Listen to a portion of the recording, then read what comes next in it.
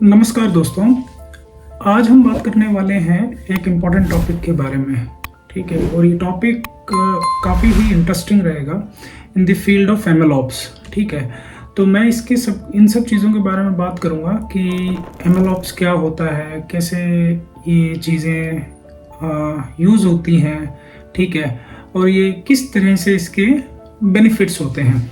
ठीक है, सो अभी हम बात करते हैं कि MLOps का जो सफ़र है, ठीक है, जो MLOps आपका एक ML सिस्टम से फीचर्स स्टोर से लेके ट्रेनिंग से लेके इन्फ्लुएंसिंग तक से लेके उस चीज़ों में क्या क्या चीज़ें इन्वॉल्व होती हैं, तो उस चीज़ के बारे में बात करेंगे हम लोग आज।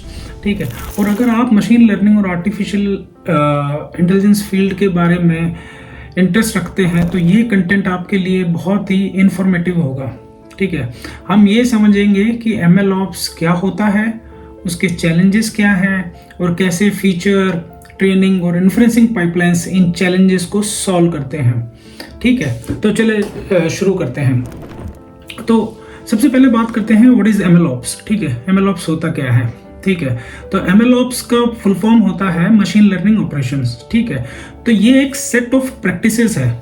ठीक है, एक सेट ऑफ प्रैक्टिसेस होती है जो आपको मशीन लर्निंग की डेवलपमेंट, उसकी डिप्लॉयमेंट, उनको हम कैसे स्ट्रीमलाइन कर सकते हैं। ठीक है, और इसको स्ट्रीमलाइन करके एक जो हमारे डेटा साइंटिस्ट होते हैं या ML इंजीनियर्स होते हैं या हमारा बिजनेस होता है उसको कैसे बेनिफिट होता है। ठीक है, तो ये सब चीज़ों के जो प्रोटोकॉल्स हैं या सेट ऑफ रूल्स हैं, ठीक है, उसको MLOps हम लोग बुलाते हैं। ठीक है, तो MLOps के कई हमारे ये भी हैं, कुछ हमारे कंपोनेंट्स हैं। ठीक है, तो मैं आपको एक एक करके मैं उस कंपोनेंट्स के बारे में मैं बताना चाहूँगा, कुछ शो करना चाहूँगा उसके बारे में। ठीक है, सो हम एक एक करके अपने टॉपिक्स के बारे में बात करते हैं। तो पहला हमारा टॉपिक होता है, उसमें वो होता है कंपोनेंट्स ऑफ MLOps। ठीक है, तो पहला हमारा कंपोनेंट होगा कंटिन्यूअस इंटीग्रेशन।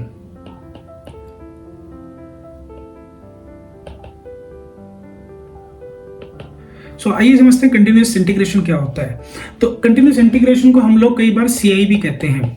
ठीक है, तो CI का मतलब होता है कोड को कितना हम फ्रिक्वेंटली इंटीग्रेट कर सकते हैं। ठीक है, इंटीग्रेट का मतलब ये है कि हम किस तरीके से कोड को स्टिच कर सकते हैं। ठीक है, जो भी कोड से कंपोनेंट्स हैं, ये सब कंपोनेंट्स हैं, राइट। कोड के अंदर आपकी कई चीज़ें होती हैं। ठीक है, क्लासेस होती हैं, फंक्शंस होते हैं, ठीक है, वेरिएबल्स होते हैं, बहुत चीज़ें होती हैं, मतलब कोड काफ़ी चीज़ों से बना हुआ होता है। तो इसके लिए अगर आपको इसके बारे में कुछ ज़्यादा जानना है कि क्या कहते हैं, प्रोग्रामिंग स्टैंडर्ड्स क्या होते हैं, कोडिंग स्टैंडर्ड्स क्या होते हैं, उसमें कंपोनेंट्स क्या होते हैं, सब कंपोनेंट्स क्या होते हैं, उसके लिए हम लोग एक सेपरेट एक वीडियो कर सकते हैं। बट अभी के लिए जानने के लिए ये है कि कंटिन्यूअस इंटीग्रेशन में आप अपने कोड को कितना फ्रिक्वेंटली आप इसको इंटीग्रेट कर सकते हैं। ठीक है, तो इसका पर्पस क्या होता है। तो इसका पर्पस ये होता है कि ये आपको इंश्योर करता है कि जो भी आपका कोड है जो आपने लिखा है या डेवलप किया है, ठीक है, वो वर्किंग स्टेट में है। ठीक है, और उसको आप सीमलेसली आप इंटीग्रेट कर सकते हैं। ठीक है, कि हम अपने कोड के जो कंपोनेंट्स हैं, ठीक है, क्लासेस हैं, सब कुछ है, जो भी मेरे कोड के अंदर मेरे कंपोनेंट्स हैं, राइट, उन सब चीज़ों को मैं कैसे प्रॉपरली सीमलेसली इंटीग्रेट कर सकता हूँ। तो ये आपका होता है आपका CI। ठीक है, सेकंड कंपोनेंट होता है हमारा कंटिन्यूअस डिप्लॉयमेंट। ठीक है, हम उसको CD बोल देते हैं। तो कंटिन्यूअस डिप्लॉयमेंट, जैसे कि आप उसके नाम से समझ पा रहे हैं कि ये बेसिकली होता है आप अपनी एप्लीकेशन को किस तरीके से ऑटोमेटेड वे से आप अपनी एप्लीकेशन को डिप्लॉय कर सकते हैं। ठीक है, इसका पर्पस क्या होता है आपका, कि ये आपको बेसिकली अलाउ करता है कि आपकी एप्लीकेशन फ्रीक्वेंटली आपकी एप्लीकेशन डिप्लॉय हो सके। ठीक है, सीमलेसली विदाउट एनी इश्यूज। ठीक है, तो इसको हम कंटिन्यूअस डिप्लॉयमेंट कहते हैं। ये जो भी कुछ मैं कॉन्सेप्ट्स आपको बता रहा हूँ, ठीक है, ये कॉन्सेप्ट्स डेवऑप्स के अंदर भी होते हैं। तो MLOps आपका डेवऑप्स से ही निकला हुआ एक वो है, ठीक है, एक सेट ऑफ प्रैक्टिसेस है। ठीक है, it's a set of mindset, set of practices, set of rules, ठीक है, जो अलाउ करता है आपके यूजर्स को, बिजनेस को सीमलेसली आपके एमएल मॉडल्स को अपना ट्रेन करना, एक्सपेरिमेंट करना एंड देन डिप्लॉय करना। ठीक है, तो ये सब चीजें एमएल ऑप्स के अंदर आती हैं, राइट। अभी हम बात करते हैं इसके अंदर अपना कंटिन्यूस ट्रेनिंग।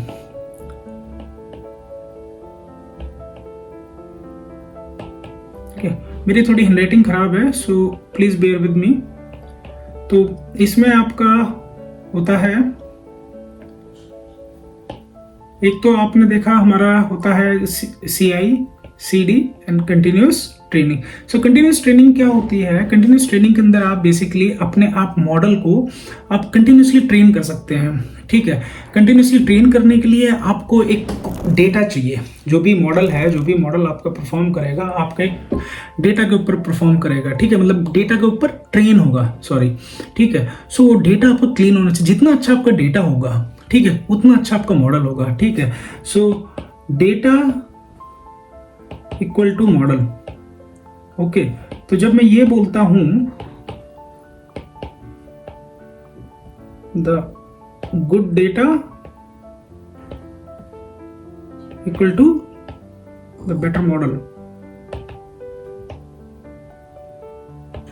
ठीक है, तो आपका उतना ही अच्छा आपका मॉडल होगा। ठीक है दोस्तों, अभी हम बात करते हैं अपने ट्रेडिशनल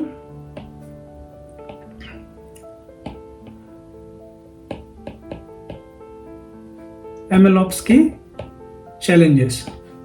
ठीक है, सो ट्रेडिशनल जैसे ये चीजें जो है आपकी, जो एमएलऑप्स, जैसे एमएल इंजीनियरिंग कोई नई चीज नहीं है, काफी टाइम से चल रही है। ठीक है, बट उसमें एक चैलेंजेस रहते थे। ठीक है, कि टीम्स जो थी, पहले जो टीम होती थी वो एक majorly they were not able to collaborate together. ठीक है, जैसे आपका डेटा साइंटिस्ट है, एमएल इंजीनियर है, बिजनेस यूजर्स हैं, टेस्टिंग टीम है। ठीक है, अलग अलग टीम्स होती हैं उसके अंदर आपकी। ठीक है, अलग अलग टीम्स हो गई आपकी। ठीक है, तो अब जैसे आप ये कह दीजिए ये डेटा साइंटिस्ट है, ये एमएल इंजीनियर है, ये आपके बिजनेस यूजर्स बोल दो। ठीक है, ये आपके टेस्टर्स बोल दो। ठीक है, अलग अलग इसमें आपकी टीम्स रहती हैं। ठीक है, तो और इसमें आपके कुछ डेवऑप्स इंजीनियर्स भी बोल सकते हो, जो इंफ्रा वाले इंजीनियर्स हम बोल सकते हैं। ठीक है, ये सभी टीम्स अपने साइलोज में काम करते थे। ठीक है, साइलोज में आपका काम कर रहे हैं।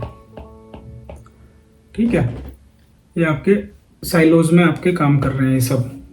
तो साइलोज का मतलब ये होता है कि अपने अपने तरीके से काम करें, अलग उसमें काम करें, एक दूसरे को, कोई एक दूसरे के जो भी काम किए वो खबर नहीं रहती उन्हें, बस they don't have the information about what the other teams are doing it. ठीक है, मैं बीच बीच में थोड़ा क्या कहते हैं इंग्लिश के भी वर्ड्स यूज करूंगा, बिकॉज ये वीडियो हमारी लाइक ना इंग्लिश में टाइप के फॉर्मेट में होगी, ताकि लाइक जो नॉन स्पीकिंग इंग्लिश पर्सन हैं उनको भी समझ में आ जाए, इंडिविजुअल्स को समझ में आ जाए, और जो इंग्लिश वाले हैं उनको भी समझ में आ जाए। दो हमारे पास इसके अंदर अपने सबटाइटल्स रहेंगे, सो आप लोगों को हेल्प रहेगी।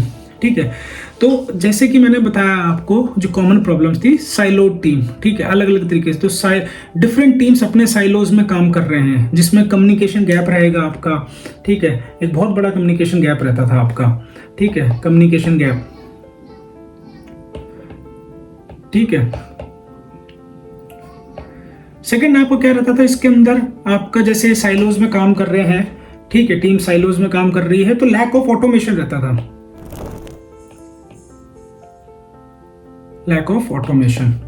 ठीक है, तो ये मैनुअल प्रोसेस जो होता है, ये ना आपकी चीजों को स्लो कर देता है कि इंडस्ट्री में कुछ भी आप चीज कर रहे हैं। ठीक है, which delays the things, right. And like since human का इंटरवेंशन आ जाता है, तो देन जो ह्यूमन एरर्स होते हैं उसका भी क्या कहते हैं ना, स्कोप, लाइक ना दे इंक्रीज दैट स्कोप, उस स्कोप को बढ़ा देते हैं। ठीक है, फिर आपको क्या रहता था, difficulty in scaling, difficulty in scaling. ठीक है, तो जैसे आप ट्रेडिशनल मेथड्स जो होते हैं, जिस तरीके से आप यूज कर रहे हो, टीम साइलोज में काम कर रही है, ऑटोमेशन यहाँ पे है नहीं। ठीक है, तो अगर आपका डेटा ज्यादा आ गया, ठीक है, जैसे बड़ा डेटा आ गया, टेराबाइट्स ऑफ डेटा आ गया, उसमें आपको क्या कहते हैं, उस डेटा के अंदर से फीचर एक्सट्रैक्ट करने हैं। ठीक है, फिर उस फीचर एक्सट्रैक्ट करके उस फीचर वाले फीचर डेटा से आपको मॉडल ट्रेन करना है। तो आपके मॉडल को भी एक कंप्यूट रिसोर्सेज चाहिए, राइट, दैट वो स्केल कर सके, हॉरिजॉन्टली स्केल करे या वर्टिकली स्केल करे, तो उसको भी एक वो चाहिए, there is an you know resources needed, ठीक है। वहाँ पे वो उसमें स्केल नहीं कर पाता है, ठीक है, और उसकी वजह से कॉम्प्लेक्सिटी बढ़ जाती है, ठीक है, और आपका पूरा जो भी आपकी आप बोलते हैं मॉडल ट्रेनिंग बोल लो या फीचर एक्सट्रैक्शन बोल लो या डिप्लॉयमेंट बोल लो, ये सब कुछ डिले हो जाता है, ठीक है। सो उस चीज़ को ओवरकम करने के लिए MLOps में जो मेथड्स थे उसको इम्प्रूव करना स्टार्ट किया। फिर उसके अंदर पिक्चर में आई एक चीज़ कि काफ़ी लोगों का मतलब काफ़ी ओपन सोर्स कम्युनिटी रही है, ठीक है, and like there were lot of teams, companies, ठीक है, they were working in that direction to improve it, more streamline it, ठीक है। तो फिर उन लोगों ने एक वो लेके आए वो लोग आपका FTI, ठीक है, FTI पाइपलाइंस, ठीक है।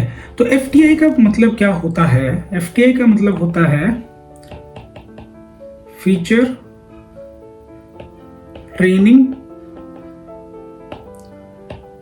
एंड आपका इन्फ्रेंस पाइपलाइन, ठीक है। ये आपका एक नया इनोवेटिव अप्रोच वो लेके आए जो इन चैलेंजेस को इफेक्टिवली एड्रेस करता है, ठीक है। तो ये अप्रोच एक clear mental road map provide करता है, ठीक है, जो कि डेटा फ्लो को स्ट्रीमलाइन करता है, फीचर्स एक्सट्रैक्शन को स्ट्रीमलाइन करता है, ठीक है, फिर आपका मॉडल ट्रेनिंग को स्ट्रीमलाइन करता है, फिर डिप्लॉयमेंट को, एंड जब आप अपने मॉडल को डिप्लॉय कर देते हैं उसके बाद जो आपको मॉडल की अपनी एक्यूरेसी देखनी है, जाननी है, समझनी है कि how accurate the predictions are, what is the accuracy, ठीक है, ऑफ ए मॉडल, ठीक है, जो आपकी मैट्रिक्स होती है, जो सक्सेस मैट्रिक्स होती हैं for evaluating the models performance, ठीक है, तो उन सब चीज़ों को स्ट्रीमलाइन कर देता है, ठीक है। तो अभी हम एक एक करके इसके बारे में बात करेंगे। तो पहली चीज़ हम बात करेंगे कि फीचर पाइपलाइंस, ठीक है, कि फीचर पाइपलाइंस क्या होती हैं, ठीक है, फीचर पाइपलाइन,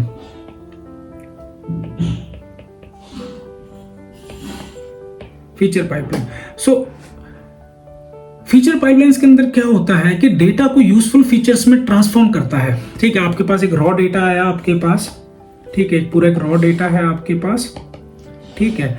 अब इस रॉ डेटा को आप डायरेक्टली आप कंज्यूम नहीं कर सकते, ठीक है, इसको आप डायरेक्टली आप कंज्यूम नहीं कर सकते। If you consume this data you will not get an good model. जैसे मैंने आपको पहले बताया था कि आपका जितना अच्छा मॉडल, जितना अच्छा डेटा होगा उतना अच्छा आपका मॉडल की परफॉर्मेंस रहेगी, मॉडल होगा, ठीक है। आपको ये लाइक आप हर कोई एक यूजर है वो चाहता है कि मैं जो भी मॉडल ट्रेन करूं, ठीक है, तो मेरे को एक अच्छी एक्यूरेसी मिले, ठीक है, ठीक है, एक अच्छी प्रेडिक्शन मिले मॉडल से, ठीक है, तभी वो एक वैल्यू ऐड करेगा आपके यूज केसेस में या आपके क्या कहते हैं बिजनेस के लिए, राइट। तो रॉ डेटा होता है, रॉ डेटा के अंदर हम लोग क्या करते हैं कि वहां से हम फीचर्स एक्सट्रैक्ट करते हैं, फीचर एक्सट्रैक्शन। तो फीचर एक्सट्रैक्शन का मतलब यहाँ पे क्या होता है कि ये इसके अंदर से क्या कहते हैं, इसको देखो आपका क्या कहते हैं, डेटा को जो कलेक्टेड डेटा होता है उसके अंदर काफ़ी प्रोसेसेस होते हैं, ETL प्रोसेस होते हैं, हम उसके बारे में एक सेपरेट वीडियो में हम बात करेंगे, ठीक है। तो इसके अंदर से आपके क्या कहते हैं डेटा को क्लीन किया जाता है, ठीक है, इसके अंदर एनोमली डिटेक्शन किया जाता है, ठीक है, स्टैंडर्डाइजेशन किया जाता है, ये सब एक ETL का प्रोसेस है, ठीक है, उसके अंदर लगता है। फिर अब क्या होता है, ये सब चीज़ें हो जाती हैं आपके रॉ डेटा के अंदर, फिर आपका ये फीचर्स का कुछ एक पार्ट होता है जिसमें क्या होता है रेलिवेंट फीचर्स क्रिएट किए जाते हैं, ठीक है, कि जैसे कोई आपका यूज केस है, ठीक है, उसके यूज केस के अकॉर्डिंगली कुछ रेलिवेंट फीचर्स क्रिएट किए जाते हैं जिसको यूज करके मॉडल को ट्रेन किया जाता है या मॉडल को इंप्रूव किया जाता है, ठीक है। तो उस चीज को हम कहते हैं फीचर पाइपलाइंस, क्योंकि उसके लिए आप हर बार तो क्रिएट करेंगे नहीं, ठीक है, तो वो एक स्क्रिप्ट बना दी जाती है, आप एक स्क्रिप्ट बना दी जाती है, एक ऑटोमेटेड स्क्रिप्ट रहती है जो इन सब चीजों को प्रोसेस करती है, ठीक है। तो उसके लिए हमारे पास होती है फीचर पाइपलाइन, ठीक है। अब आती है हमारी ट्रेनिंग पाइपलाइन, ठीक है। तो अभी ट्रेनिंग पाइपलाइन क्या होती है दोस्तों,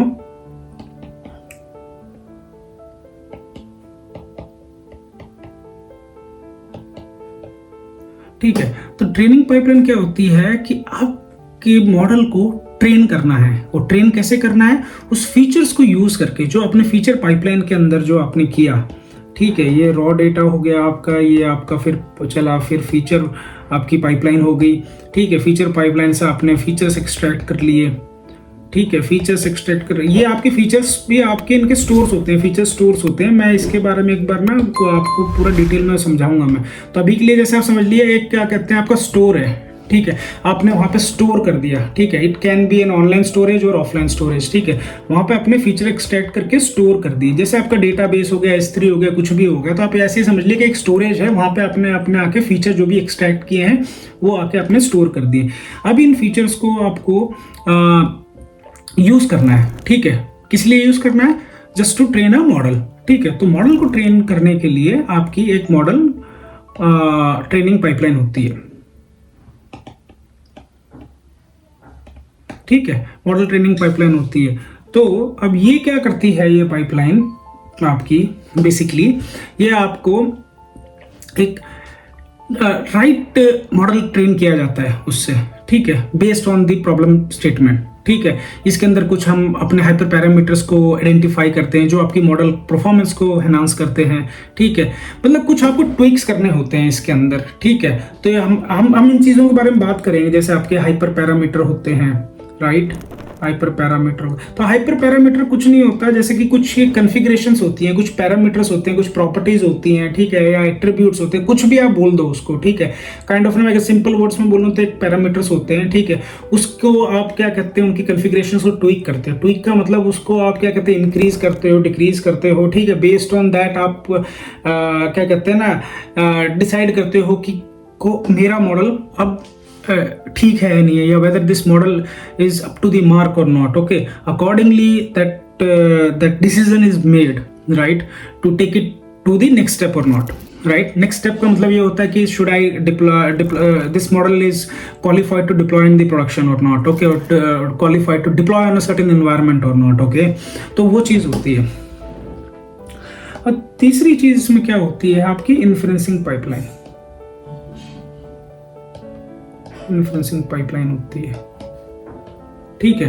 अब ये इन्फ्लुएंसिंग पाइपलाइन आपकी क्या करती है? इन्फ्लुएंसिंग पाइपलाइन ये एक डेटा होता है आपका, ठीक है, एक डेटा होता है आपके पास। जैसे आपका फीचर एक्सट्रैक्टेड डेटा है, ठीक है, जो आपने हमने बात करी थी अपने स्टोर के अंदर कि फीचर वाला जो है मेरा फीचर स्टोर के अंदर जो मेरा मैंने एक्सट्रैक्ट कर रखा है डेटा, फीचर एक्सट्रैक्ट कर रखे हैं, उस डेटा से वो जो मेरा मॉडल है, ठीक है, वो जो मेरा मॉडल है, ठीक है, उसके ऊपर ये डेटा इसको एक्सपोज किया जाता है और इससे फिर मॉडल की एक्यूरेसी को निकाला जाता है, ठीक है, कि व्हाट इज दी क्या कहते हैं ना, what sort of predictions the model is giving you, ठीक है।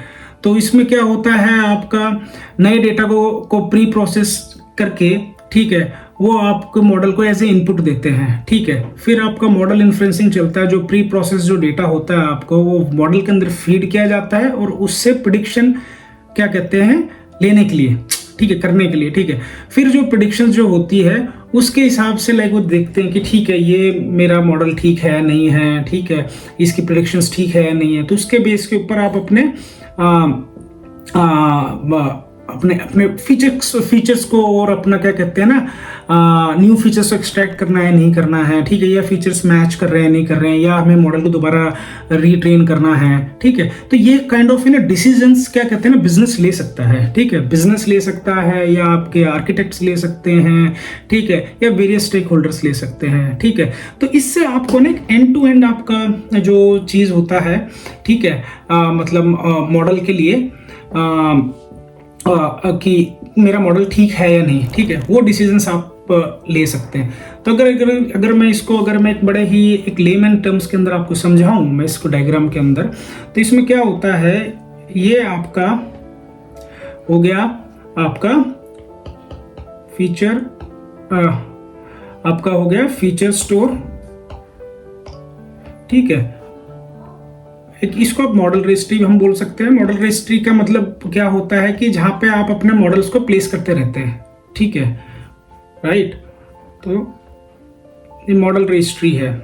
इसको मैं एक बार दोस्तों थोड़ा ठीक से कर देता हूं, ठीक है। इसको हम लोग एक लेमैन्स टर्म्स में मैं आपको समझा रहा हूँ। तो ये आपका फीचर स्टोर और ये मॉडल रजिस्टर।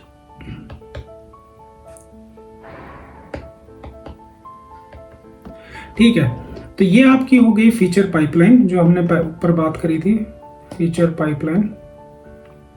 ठीक है, ये आपकी हो गई ट्रेनिंग पाइपलाइन और ये आपकी हो जाती है इन्फ्रेंस पाइपलाइन। ठीक है, तो इससे क्या होता है आपका फीचर, ये फीचर पाइपलाइन जैसे मैंने आपको बताया आपका डेटा को ट्रांसफॉर्म करती है। ठीक है, ट्रांसफॉर्म करती है डेटा को फीचर्स के अंदर और लेबल्स के अंदर। ठीक है, और उसको करके आपके फीचर स्टोर के अंदर जाकर डाल दिया। ठीक है, डेटा को। ठीक है, अब क्या होता है ट्रेनिंग पाइपलाइन के अंदर, जैसे मैंने बताया ये डेटा आपका फीचर स्टोर में है, तो ट्रेनिंग पाइपलाइन इस जो फीचर एक्सट्रैक्टेड डेटा को, ठीक है, यूज करती है। ठीक है, for to train the model. ठीक है, वो मॉडल ट्रेन करती है। फिर अगर आपका मॉडल ट्रेन हो जाता है, ठीक है, विद द राइट सेट्स और आपके हिसाब से हो जाता है, फिर उस मॉडल को आप अपना मॉडल रजिस्ट्री में स्टोर कर देते हैं। ठीक है, तो मॉडल रजिस्ट्री कुछ नहीं है, क्या कहते हैं, आर्टिफैक्ट्री होती है जहां पे आप अपने डिफरेंट मॉडल्स को वर्जनिंग करके आप रख सकते हैं। हम लोग इसके बारे में बाद में भी हम एक अलग से मैं वीडियो बना दूंगा दोस्तों। ठीक है, जिसके अंदर हम लोग क्या कहते हैं इसके बारे में हम बात कर पाएंगे। ठीक है, फिर आपका क्या होता है इसके अंदर इन्फ्रेंसिंग की जो मैंने आपको बात किया था। ठीक है, तो इन्फ्रेंसिंग के अंदर जैसे क्या होता है आपका क्या कहते हैं मॉडल है वो तो आपका डिप्लॉय हो चुका होता है। ठीक है, राइट, मॉडल डिप्लॉय होने के बाद ही आप अपना इन्फ्रेंसिंग करेंगे। ठीक है, और फिर आप अपना डेटा भी इसको आप फीड करते हैं, एज ए इनपुट आप मॉडल को देते हैं ताकि मॉडल्स की प्रेडिक्शंस को हम वो कर पाए कि what is the level of predictions it has. ठीक है,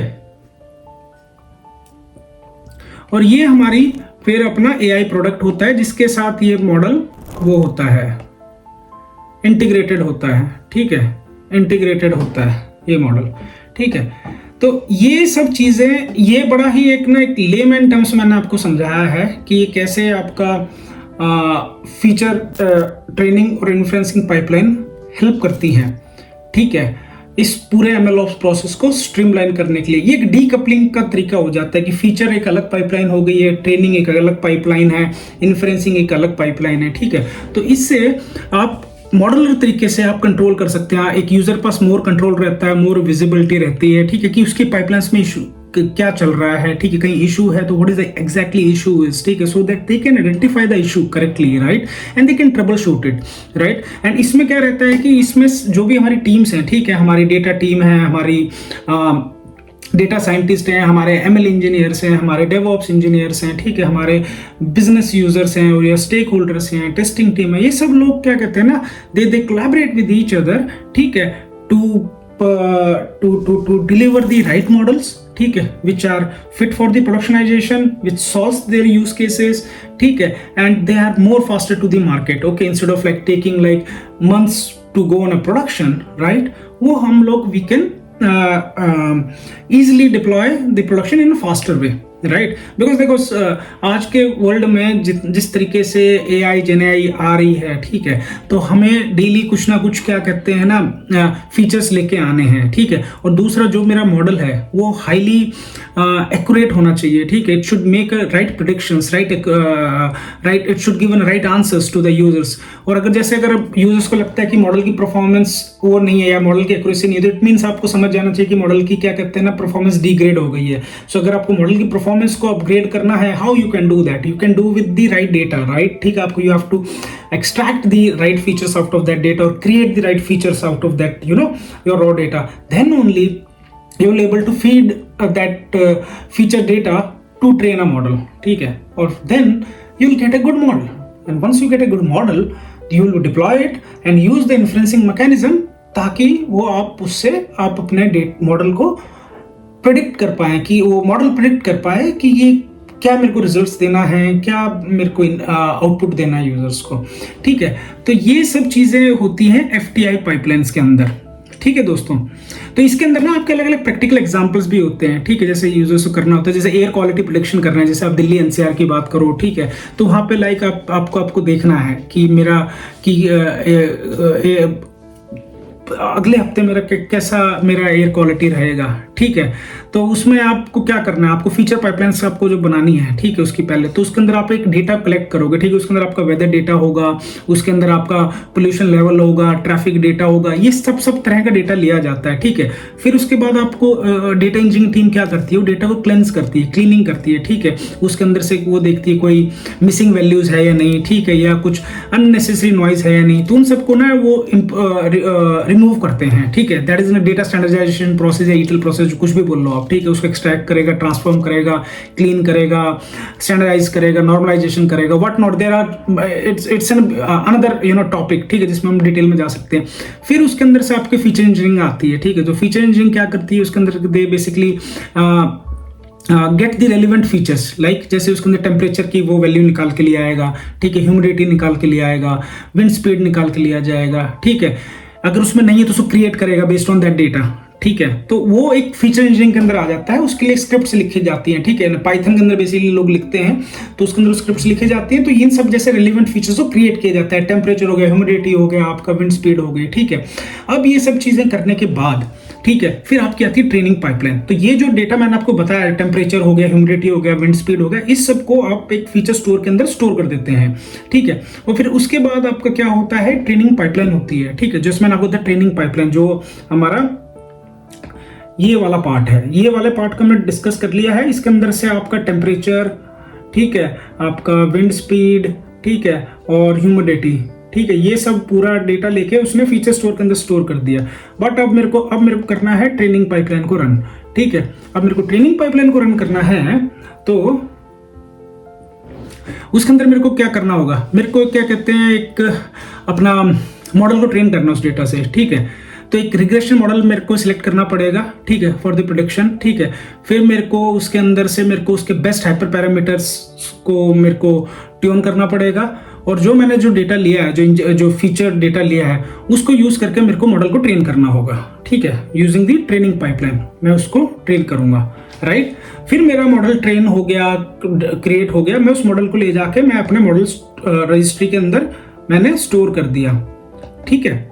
अब मॉडल रजिस्ट्री को मैंने स्टोर कर दिया, अब आती है मेरी इन्फ्रेंसिंग की बात, ठीक है, इन्फ्रेंसिंग पाइपलाइन की बात आती है, ठीक है, इन्फ्रेंसिंग पाइपलाइन की बात आती है। उसके अंदर क्या होता है, जो भी मेरा रियल टाइम वेदर डेटा होता है उसको मैं फिर से क्या कहते हैं, रीप्रोसेस करूंगा, ठीक है, और फिर मैं उस प्री प्रोसेस डेटा को, ठीक है, प्री प्रोसेस डेटा को उसको मैं मॉडल में फीड करूंगा, ठीक है, और फिर उससे मैं क्या कहते हैं, एयर क्वालिटी इंडेक्स को प्रिडिक्ट करने की कोशिश करूंगा, राइट। और फिर जो मेरी जो प्रिडिक्टेड एयर क्वालिटी इंडेक्स होगा, ठीक है, वो मैं यूजर फ्रेंडली फॉर्मेट में मैं अपनी एआई प्रोडक्ट जो मेरा है उसको एंड यूजर्स कंज्यूम कर पाएंगे, कंज्यूम नहीं मतलब देख पाएंगे, ठीक है। तो ये सारे स्टेप्स आपके इन्फ्रेंसिंग पाइपलाइन के अंदर आते हैं, ठीक है। तो अभी जैसे कि मैंने आपको बताया, जो ये FTI पाइपलाइन से फीचर ट्रेनिंग इन्फ्रेंसिंग पाइपलाइन है, उससे ML ऑप्स को ML सिस्टम्स में ट्रांसफॉर्म करना एक रेवोल्यूशनरी अप्रोच है, ठीक है, जो उसकी एफिशिएंसी, स्केलेबिलिटी, परफॉर्मेंस उसको बहुत एनहांस करता है, ठीक है। और इस अप्रोच से मशीन लर्निंग प्रोजेक्ट्स में ज्यादा इफेक्टिव और ज्यादा रिलायबल तरीके से काम किया जा सकता है, ठीक है। तो ये सब चीजें हैं FTI के बारे में, ठीक है। तो अभी के लिए इतना ही दोस्तों, ठीक है, और अब इसके बारे में और डीप डाइव करेंगे अपने कमिंग वीडियोस के अंदर, ठीक है। तो अगर आपको ये वीडियो इन्फॉर्मेटिव लगा है, आपको लगा है कि इससे आपको कुछ हेल्प मिली है, ठीक है, सो प्लीज़ दोस्तों इस चैनल को लाइक करें, सब्सक्राइब करें, वीडियो को शेयर करें, और this will basically motivate me to keep on making such kind of videos, ठीक है। And I want like my motto is like education should be free to all, right. And इस video को बनाने का मेरा एक मेन मोटिव इंग्लिश में इसलिए है कि ताकि जो भी नॉन स्पीकिंग इंग्लिश लोग हैं, ठीक है, हमारे देश में, ठीक है, उनको समझ में आ सके, ठीक है, और ये एक लैंग्वेज एक बैरियर नहीं रहे, ठीक है। So that's why like I started doing it. और मैं इसको इंग्लिश में इसलिए कर रहा हूँ ताकि जो लोग हैं वो, और जो मेरे ऑडियंस है, ठीक है, और व्यूअर्स है, वो उसको कोरिलेट भी करना सीख सकें। क्योंकि कई चीज़ें ना आप करेंगे, अगर रियल टाइम इंडस्ट्री में काम करते हैं, प्रैक्टिकल करते हैं इसके बारे में, तो कई चीज़ें ऐसी रहती हैं जहाँ पे आपको वो चीज़ों के ना मतलब समझ में आनी चाहिए, ठीक है। तो इसलिए मैं उसको एज ए इंग्लिश बोलता हूँ, हिंदी प्लस इंग्लिश, ठीक है। सो आई होप आप इस चीज़ को समझ पाएंगे, और मिलते हैं नेक्स्ट वीडियो में।